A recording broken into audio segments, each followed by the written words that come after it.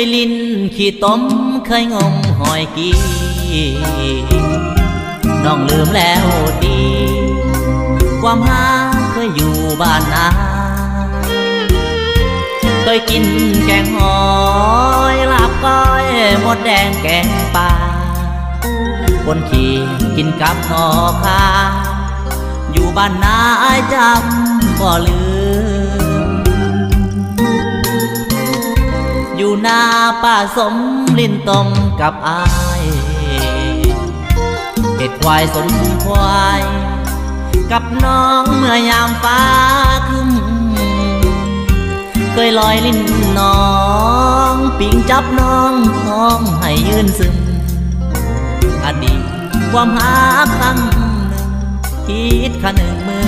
อข่าวยาวไว้วันนี้หาจะ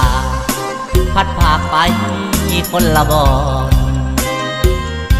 หัวใจอ้อนเมื่อตอนจักจันเล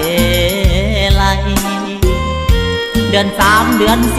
4บุญเข้าจีโอ้ยวันแค่ใดอยู่หัวดา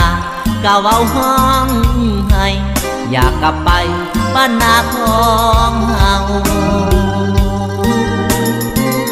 เจ้าไปอยู่ไสขอให้ติดต่อนัดกันเมื่อพองานบุญบังไฟบ้านเอาอายกะสิมน้องก็ให้เมื่อพ่อกันคือเก่าอยู่ห้องว่าบ้านนาคอยเจ้ากินลำเนาเมื่อข่าวยังน้อย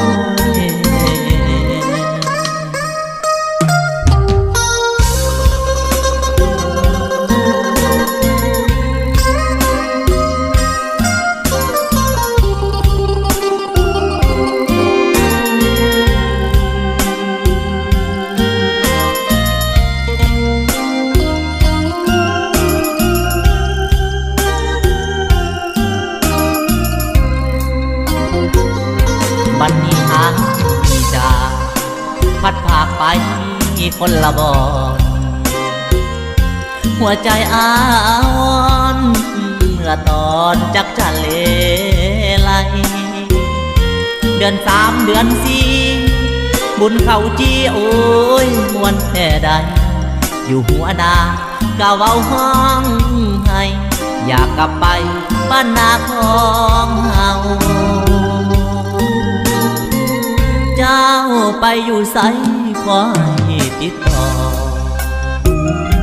นัดกันเมื่อพองานบุญบังไฟบ้านเอาอายกะสิมน้องก็ให้เมื่อพ่อกันคือเก่าอยู่ห้องว่าบ้านนาคอยเจ้ากินลำเนาเมื่อข่าวยังน้อย